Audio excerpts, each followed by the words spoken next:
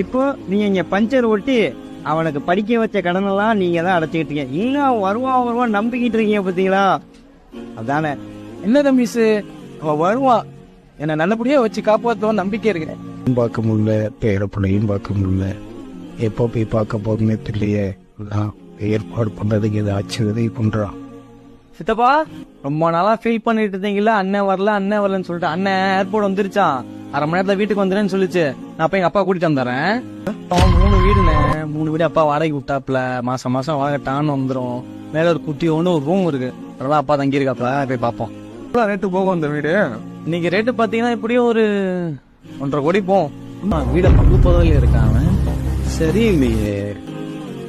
இருப்பாரு என்னப்பா, என்ன பக்கத்துக்கு 5 வருஷம் வச்சப்பா இப்பதான் எனக்கு தோணுப்பா இருக்கேப்பா. என்னப்பா நீ நல்லா இருக்கிறீங்கப்பா.